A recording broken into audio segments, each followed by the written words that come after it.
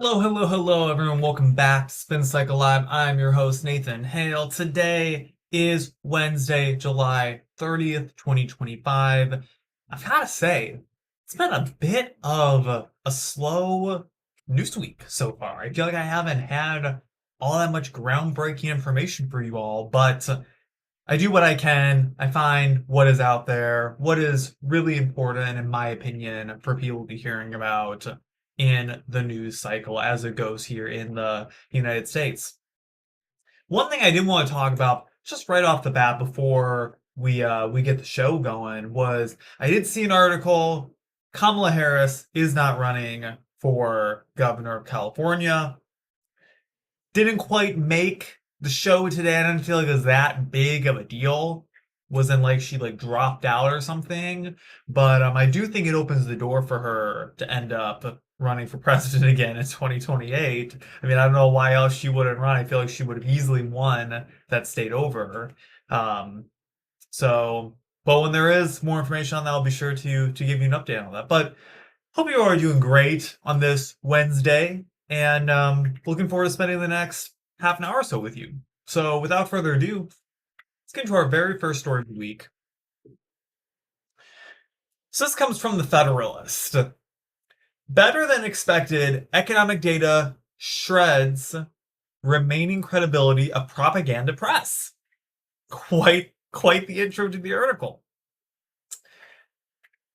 So, data from the Commerce Department shows the U.S. economy expanded at an annual rate of 3% from April through June, surpassing economists' forecast of approximately 2% growth. Inflation also continues to cool, with the annual rate of inflation at 2.1% in the second quarter compared to 3.7% in the first. That's great. As CNBC's Jeff Cox reported, the growth is, quote, powered by a turnaround in the trade balance and renewed consumer strength. And as National Economic Council Director Kevin Hassett said on CNBC, quote, the anti-Trump story has been that we're going to have a recession or a depression because of the tariffs, which are going to jack up prices and cause consumers to run for the exits. In fact, every single thing about this GDP release has shown strength. But surely this can't be true. After all, we were reliably informed by the left-wing press that Trump's tariffs would hurt the economy, at least so said the experts, according to CBS News' Amy Pitchey. So this article kind of goes on to give a whole bunch of, quotes from various different media outlets talking about the tariffs. I think it's great that the economy is improving. My issue with the tariffs was never that I didn't think it was going to cause economic growth, right? My issue with the tariffs was never that I didn't think it would not bring in revenue for the federal government. The Treasury Department is ranting about the fact that they brought in, $500 billion of revenue this quarter from the tariffs? It was something like that. It was some large number.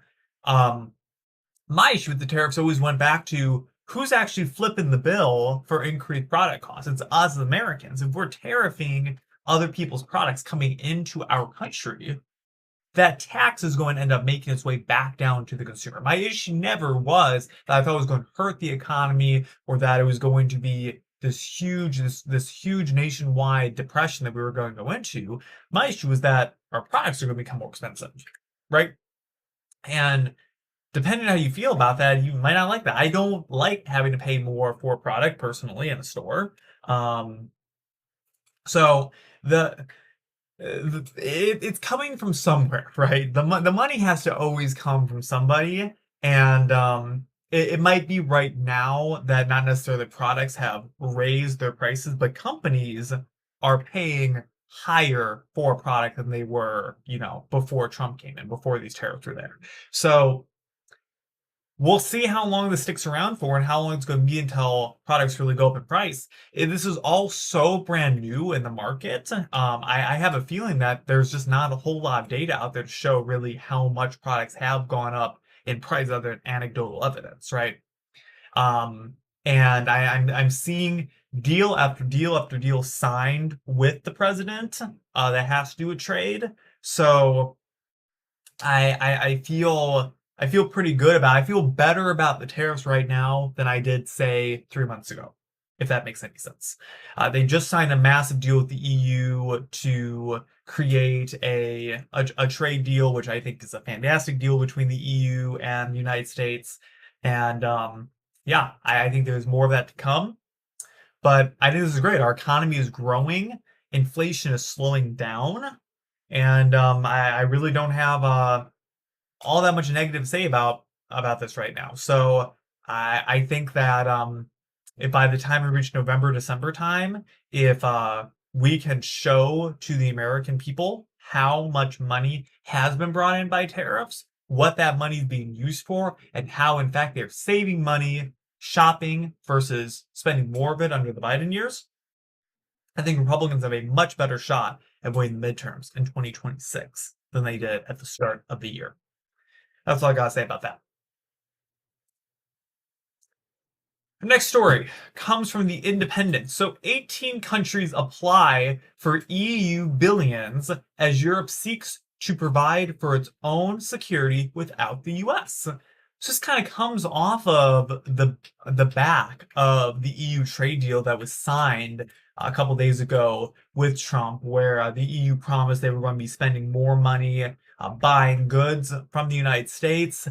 There was also a huge deal that was signed for Europe to flip the bill a lot more when it comes to this defense of themselves versus just relying on the United States to always come to their aid.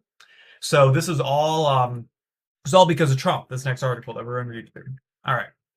So 18 European Union countries have applied for billions of euros from a new defense fund aimed at helping Europe provide for its own security. The bloc's executive branch said Wednesday, with Poland seeking more than a third of the money. The Security Action for Europe SAFE fund is a 150 billion euro, which is about $173 billion in USD, program of cheap loans that member countries, Ukraine and outsiders with an EU security agreement like Britain, can use to buy military equipment together. The fund was launched after the Trump administration signaled that Europe is no longer a US security priority. It's for buying key equipment like air and missile defense systems, artillery, ammunition, drones, and strategic enablers like air-to-air refueling. The European Commission said that Belgium, Bulgaria, Croatia, Cyprus, Chechnya, Estonia, Finland, France, Greece, Hungary, Italy, Latvia, Lithuania, Poland, Portugal, Romania, Serbia, and Spain have applied for money so far. Quite the number of countries. They have requested at least 127 billion euros in total, it's said. Countries using the fund are urged to buy much of their military equipment in Europe, working mostly with European suppliers, in some cases with EU help to cut prices and speed up orders. So I think this is great. I have nothing negative to say about this. This is exactly what I've been screaming about for months and months and months. Ever since the entire Ukrainian war started, I've been screaming about Europe paying more money for their defense systems, right?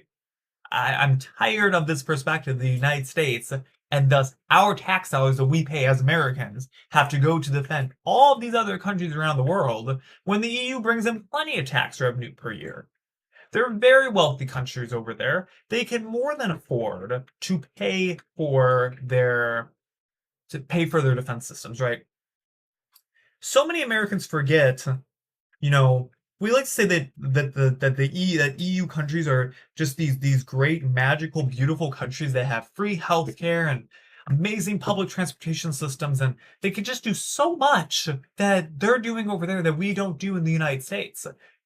Why is that?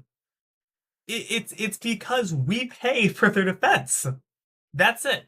It's we subsidize Europe's defense. That's why Europe can afford to pay for free healthcare. That's why it can afford to pay for all these amazing transportation systems for their people. That's why they can do all these great things, is because they're not paying nearly as much percent-wise GDP for their defenses as we are in the United States, right?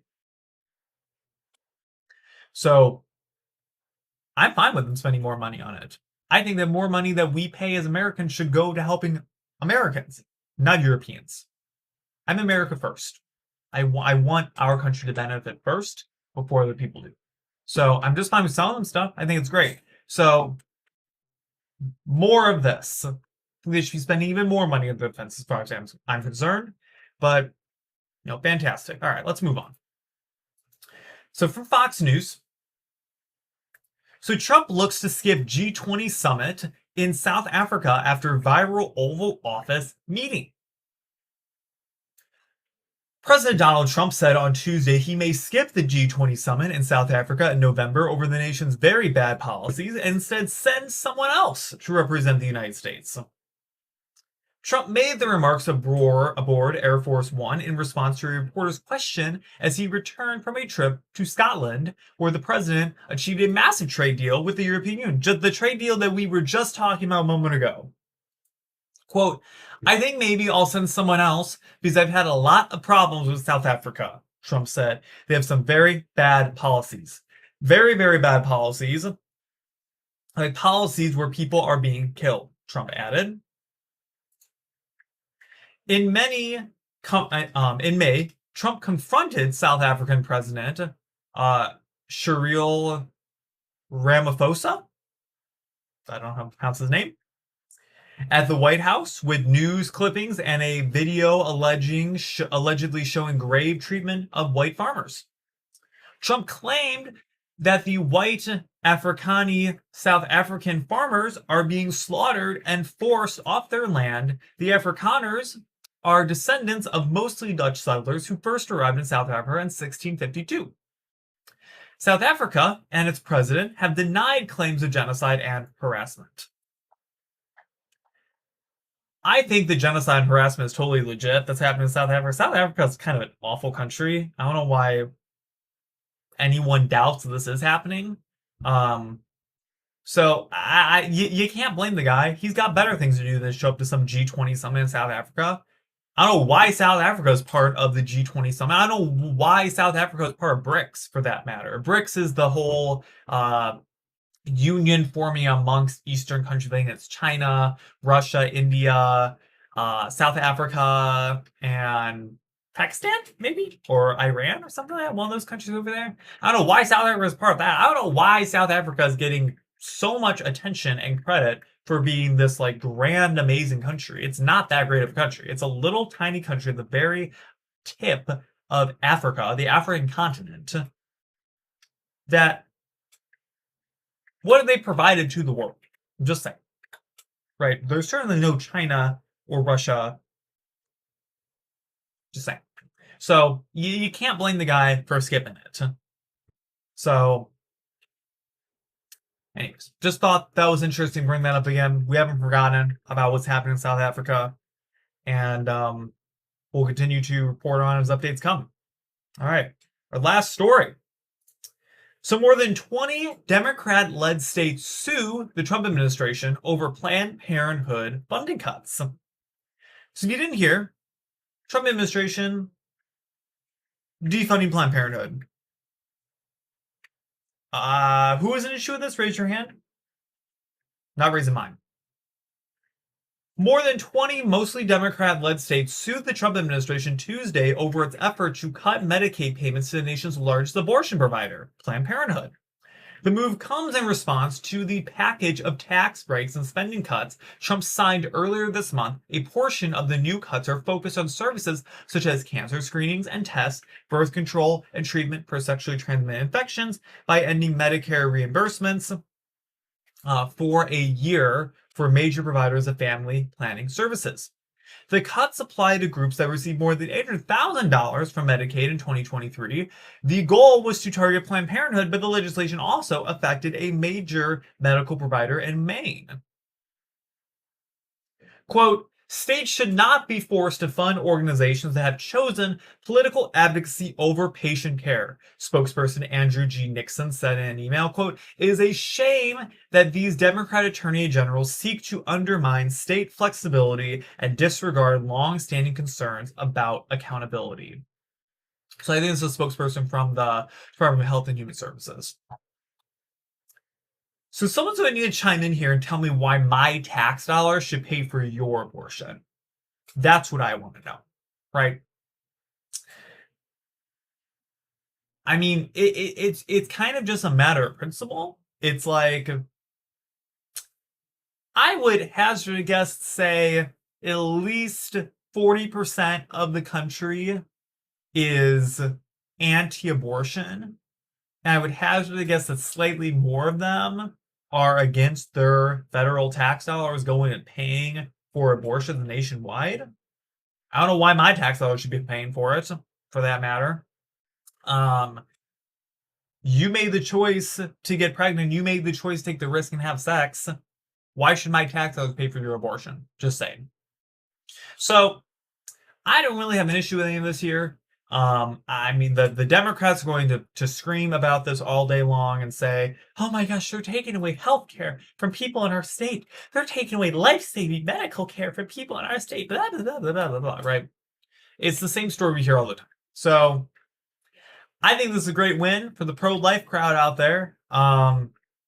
Good for them. They have got it in place, and I don't see what the issue is with states funding their own abortion centers, right? If you live in California and you want to vote to have your state tax dollars in California pay for abortions in your state, go for it. But I don't live in California, so I don't really care what you're doing out there, right? I choose to live in Missouri.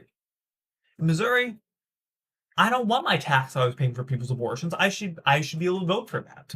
And I did vote for that last November. That's all I gotta say today on this lovely show. It's been a short one, only 20 minutes. Flew through this episode today. So I hope you enjoyed today's episode of Spin Cycle Live. We'll be back here on Friday with even more stories. Hopefully we'll have some more interesting things to talk about. I feel like this was kind of a slow day of stuff to cover. So I tried my best to find some interesting stuff to cover and have some informative conversations with all our lovely viewers of this show. If you're not subscribed to us already on YouTube, Rumble, Instagram, TikTok, X, all the social media platforms, please go and do so. The best place where you can support the show. Leave a like on YouTube and Rumble. It really helps us out if you're there. And share this show with friends. Let people know how great it is. Let people know how amazing the show is put together, how great I am as a news commentator, and get the message out there. And yeah, if you have any suggestions on what I should cover on Friday, send me a message. Let me know. If you have questions or comments about the show, tweet at me on Twitter. If you or anyone you know is interested in having me as a guest star on one of their shows, let me know. I'm happy to come on and talk for a while. But with that, I've been Nathan Hale. This has been Spin Cycle Live. I will see you in the next one. Peace out. Bye.